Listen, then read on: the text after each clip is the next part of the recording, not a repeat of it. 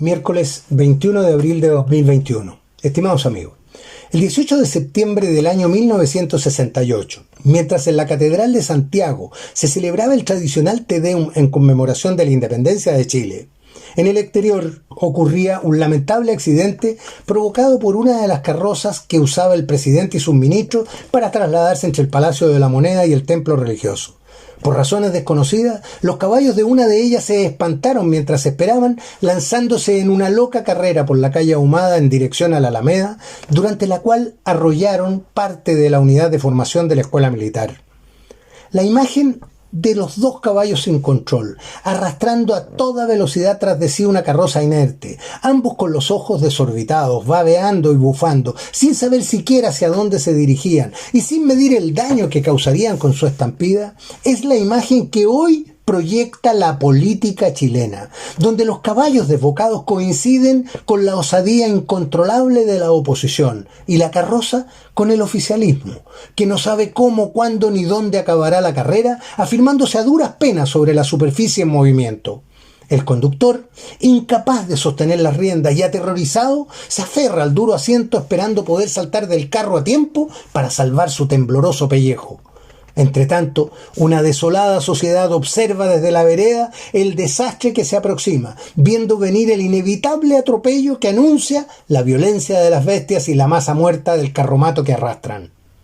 Al igual que en aquel día lamentable, no se observa en los políticos la menor traza de razonamiento capaz de despertar en ellos una cuota de prudencia o una pizca siquiera de mesura que pueda detener a tiempo la loca carrera ni la furia desatada en contra del sistema, como si no pudiesen esperar a acabar con él mediante la redacción de la nueva Constitución. Pareciera que una cuota de paranoia causada por el incierto resultado de las elecciones provoca en ellos el deseo incontenible de violar leyes y normas para dejar el edificio al borde del derrumbe y así facilitar su demolición final. Lo que no calculan es que con su desboque sin control, el debilitamiento de la institucionalidad corre el riesgo de afectar de tal modo el edificio que puede acabar derrumbándose sobre ellos antes de tiempo, cubriéndolos fatalmente con sus escombros.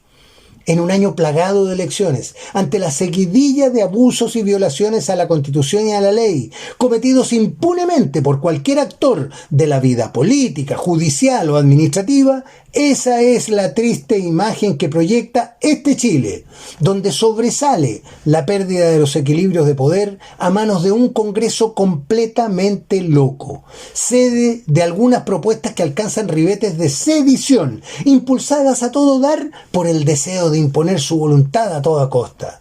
Esa es la imagen de un país donde el gobierno limita su acción al control de la pandemia y a otras menudencias sin enfrentar los problemas de verdad y dejando hacer a quienes lo ningunean desde el Parlamento. Un Congreso que integran verdaderos payasos, algunos de los cuales tienen la desfachatez de creerse con condiciones para dirigir los destinos del país. Una justicia que no controla sus propios caballos desbocados, al avalar con su silencio a jueces que prevarican y reconocen públicamente su falta de equidad por razones ideológicas. Una Contraloría para la cual no parece existir otra ley que la obsesión de entrometerse en funciones ajenas. Una administración pública donde ya no caben más inútiles, triplicando las necesidades de un país como el nuestro con los pitutos de la política. Ministerios, subsecretarías, superintendencias y gobernaciones creados a destajo, a un nivel que ni una potencia de primer nivel puede darse el gusto de tener.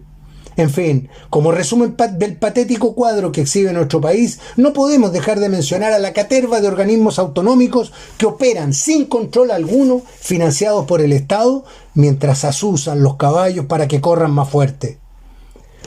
Pese a tratarse de una evidencia que nadie puede negar, nada parece interferir con la irresponsabilidad suicida de quienes han desbocado los caballos y los empujan hacia un atropello inevitable, y cuyo resultado será cargado, como siempre, a la cuenta de los espectadores.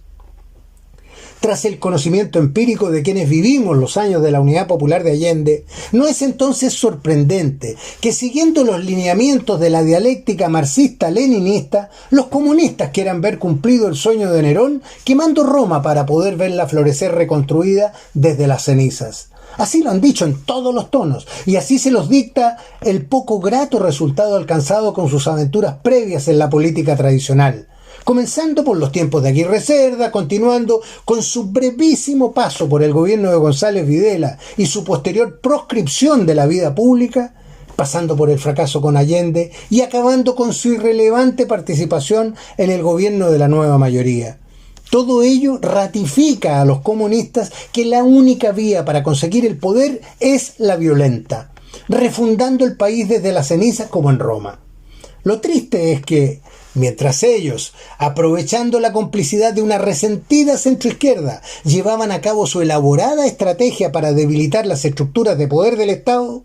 la colaboración espontánea de una ingenua derecha les vendría como anillo al dedo para arrasar con la Constitución del 80 y modificar las leyes que aún podían afectar sus planes, como ocurrió por ejemplo con aquellas relacionadas con los delitos terroristas, la seguridad nacional, la ley de inteligencia y muchas otras que fueron siendo modificadas o quedando en el camino sin despertar sospechas en sus poco astutos contrincantes, ahora devenidos en inconscientes ayudistas.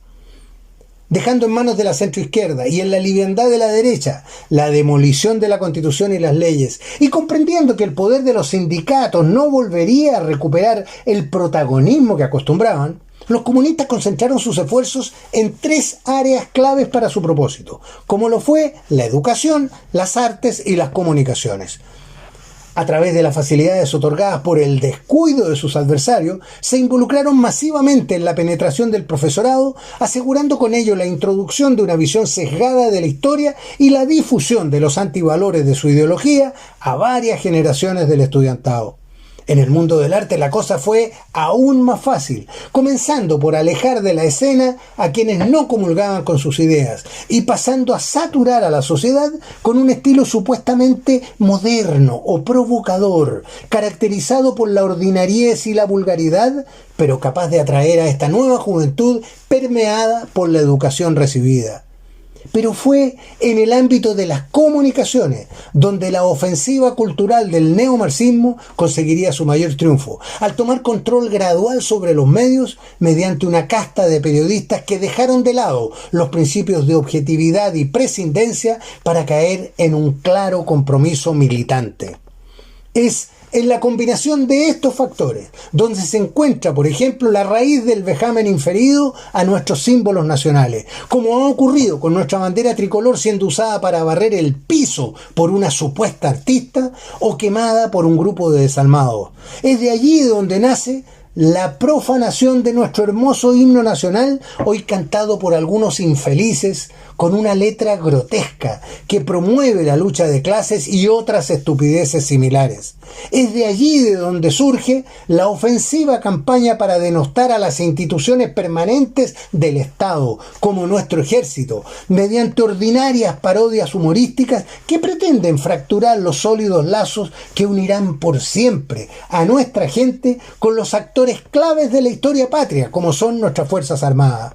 Es justamente en la acción solapada y traidora del comunismo donde radica el quid del intento revolucionario de octubre de 2019, cuando el debilitamiento conseguido de la institucionalidad y la patética falta de coraje del gobierno brindaron el momento oportuno para desatar la ofensiva para la conquista del poder. Solo que, como lo haría posteriormente la salvadora pandemia, en esa oportunidad la ambición de los políticos de centro izquierda y la inefable condescendencia de la derecha saldrían al camino de los planes revolucionarios al suscribirse un acuerdo para avanzar por un camino paralelo disfrazado de nueva constitución. Camino que, por cierto, jamás será del agrado de los comunistas, para quienes la eventual aprobación de una nueva Carta Magna, por mucho que consigan meter las manos en ella, solo representa una nueva versión de lo vivido y conocido, sin permitirles imponer el modelo revolucionario con el que sueñan y soñarán mientras vivan.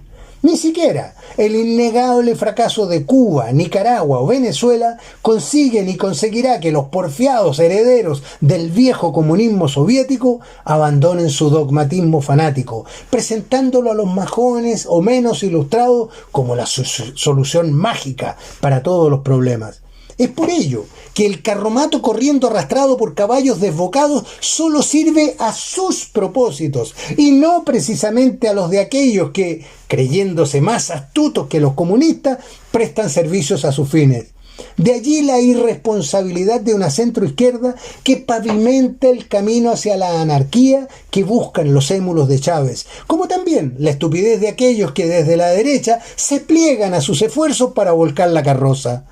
De allí la torpeza del conductor, que aún cree que podrá dialogar con los caballos, haciendo repetirle a él y a los suyos por enésima vez la frase a la que porfían en hacerse merecedores. Se trata de la izquierda, estúpidos.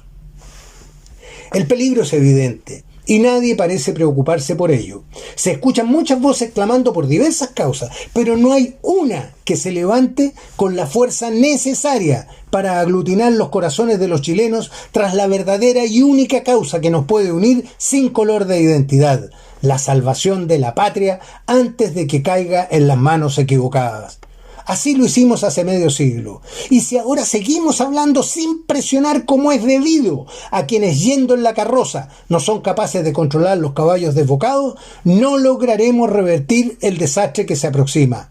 Y previendo lo que por desgracia sabemos, si no nos preparamos para cuando estos nos vuelvan a fallar como lo han hecho, estaríamos propiciando el accidente, esperando sentados en la acera a que el carromato nos pase por encima, sin derecho a reclamo ni queja de especie alguna. Soy Patricio Quilot.